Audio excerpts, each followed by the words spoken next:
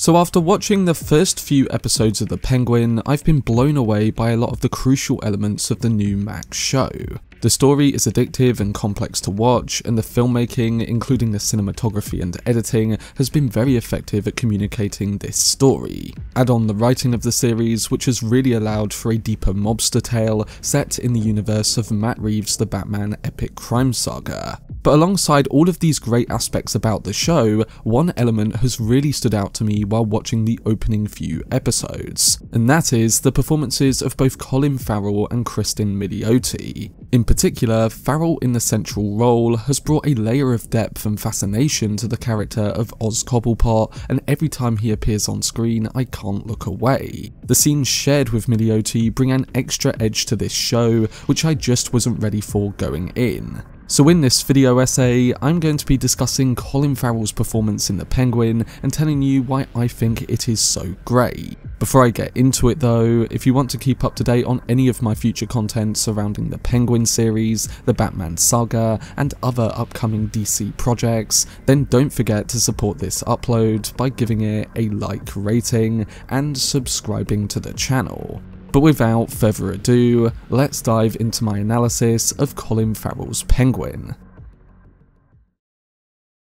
So in The Penguin, there's no traditional hero or comic book project to be found. There's no sign of Batman or a sense that this will be your run-of-the-mill CGI spectacle. Instead, we have Academy Award nominee Colin Farrell embodying the iconic villain Oz Cobblepot, being buried under layers of prosthetic makeup and navigating Gotham's chaos in pursuit of power. Initially, watching Farrell's remarkable transformation and acting in 2022's The Batman film was a treat, and it was hard to see any of the actor there. He completely vanishes into the character, alongside giving us a gravelly New York accent and charming presence. You got the sense watching that there was more to come from him, and that once we delve into Carmine Falcone's right-hand man, more would be unveiled and space would become available for an even deeper portrayal. And it turns out that that was exactly the case. Just after seeing a couple of episodes for The Penguin show, I'm genuinely impressed by how multi-dimensional Cobblepot is already, witnessing various facets of his personality. We view his ruefulness, his idealism, and his idea of mercy. He goes from one scene being a total scumbag to another showing a glimmer of humanity. In the Penguin series, we delve even further into the complex and shadowy nature of this intriguing character. Following the death of Gotham City mob boss Carmine Falcone in Matt Reeves' 2022 movie The Batman, the series unfolds just a week after the turmoil unleashed by the Riddler. With a power vacuum left in the wake of Falcone's demise, Oz must maneuver through the dark and treacherous landscape of the criminal underworld, employing both a cunning nature and impulsiveness in his quest for dominance. He is much more developed in this portrayal, and Farrell somehow delivers his performance under an excessive array of prosthetics. There are remarkable on-screen transformations, and then there's the incredible work the makeup team and Mike Marino has accomplished with Farrell, making him virtually unrecognisable. Yet despite this thick layer of silicone, the actor skillfully maintains the chilling essence of the character. He stands apart in a unique way, disabled, not conventionally attractive, and hailing from a working class background. He's the kind of person whose own mother belittles him for his financial struggles, a man who will always find himself lacking in the acceptance he craves.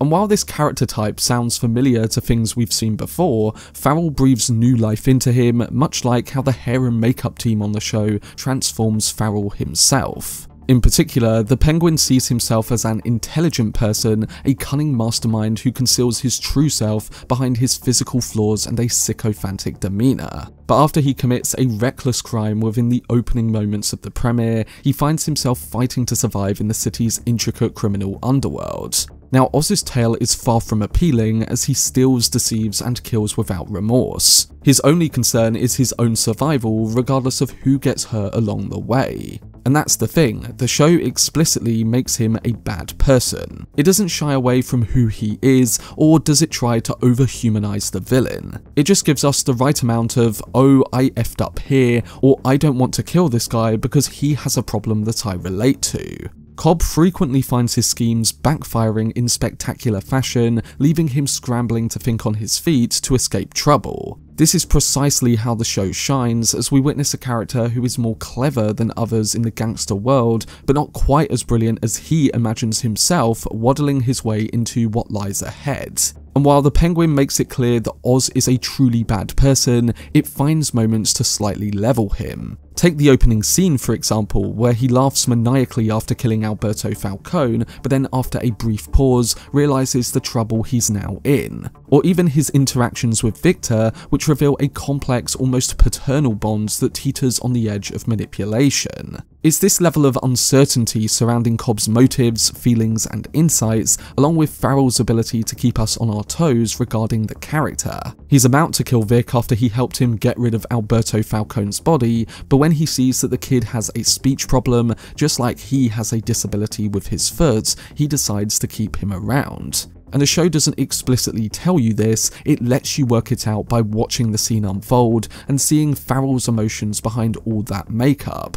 Now this is to me an example of higher level writing, when a project treats its audience as intelligent and doesn't have to spell out every detail it wants you to understand. The show is essentially competent enough to let you be pulled in, to understand the vibe and characters in the story, and then let you figure out the details if you pay attention. And it's the writing of Farrell's character that makes this work, allowing scenes to play out so that the actor can show multiple dimensions to his character, rather than just a one-note portrayal. In the process of making the show, Farrell spoke a bit about the process of taking his performance from the Batman to the next level. He said, "There was an extraordinary amount of time, effort and true brilliance that I saw go into the design of Penguin physically. What Mike Marino did in designing, which of course was inspired by Matt creating the world and talking to Mike and myself, and how the character was designed for the first film, I just got greedy early. I remember being on the set, it was maybe the 5th week we were shooting the Batman film, and I said to producer Dylan Clark, we should do more with this. Can we do a show or something? About a year later, I got a call from Dylan who said, look, myself and Matt are talking to HBO, we're thinking of doing a Penguin show. They're kind of on board, so we're going to hire a writer. They hired Lauren LaFranc, and she took me for half an hour through this trajectory of this 8 hours of television. I actually could not believe what she was cooking up. It was just so tasty, and it was so wicked, and it was so deranged by the end, but all felt honest and felt like it came from a place of love and agitation.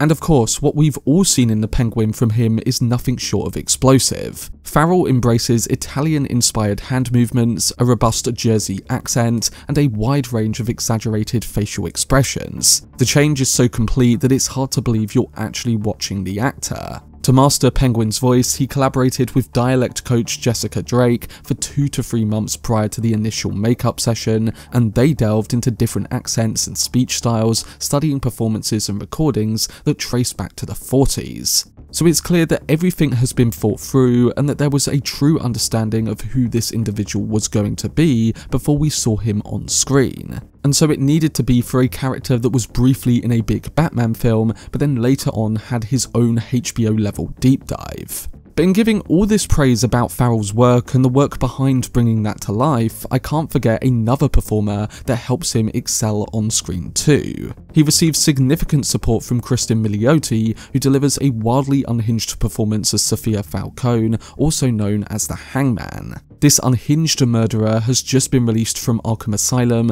and faces rejection from her own family due to her unpredictable behaviour. Milioti's expressive eyes serve as unsettling glimpses into a sinister psyche, creating an atmosphere that is both disturbing and captivating. In Oz, she discovers a complex relationship, both an ally and an adversary. And the chemistry on screen between the two actors makes them the standout of this series. We're essentially seeing 2 forms of madness, one that has a touch of intelligence and a greater human connection, and the other has been completely shred of that and is put on the path to becoming completely insane. Having someone like Milioti to share scenes with allows Farrell to excel even further and really focus on the smaller details of his performance. And again, he's able to communicate different notes in his performance without fully spelling it out to us. For instance, we know he's manipulating Sophia and the extended Falcone family, but his performance in individual scenes sells him as being genuine. It really is class acting, and it helps make the show feel character-based in the vein of something like The Sopranos, rather than most other comic book shows.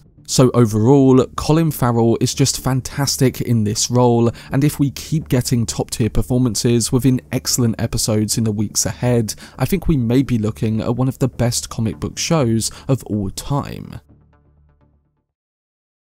But that was my video breaking down Colin Farrell's performance as the Penguin in the new Max show. So far, it really is a powerhouse performance from Farrell that takes on extra layers the more we see of him. Whatever happens to his character in this show leading into The Batman Part 2, I can't wait to see how his character and performance expands. I'm hoping that Oz's character will only deepen, and if and when he does become the mob boss of Gotham City, hopefully he still has all the complexity and depth that the character has been given in this series. I'm sure he will, as creators and showrunners Matt Reeves and Craig Zobel have a track record of making their projects feel more linked to their vision. It all feels moulded by the creatives and performers rather than the studio, and with a masterful actor like Farrell continuing to build out his role in the way he has, I only expect more from it in the episodes ahead. But if you've seen the first few episodes of the Penguin series, let me know down below in the comment section what you thought of Colin Farrell's performance so far, and if you've liked what you've seen, what are some of the things that stand out to you about the character and the way the actor has portrayed him on screen. For much more videos and news on the Batman universe and DC, then subscribe to the channel and turn on your notifications. Also, if you enjoyed this video, remember to leave a like, rating, and follow me on social media via the links in the description. But anyway, I hope you guys enjoyed it. I've been Cortex, and as always, make some noise.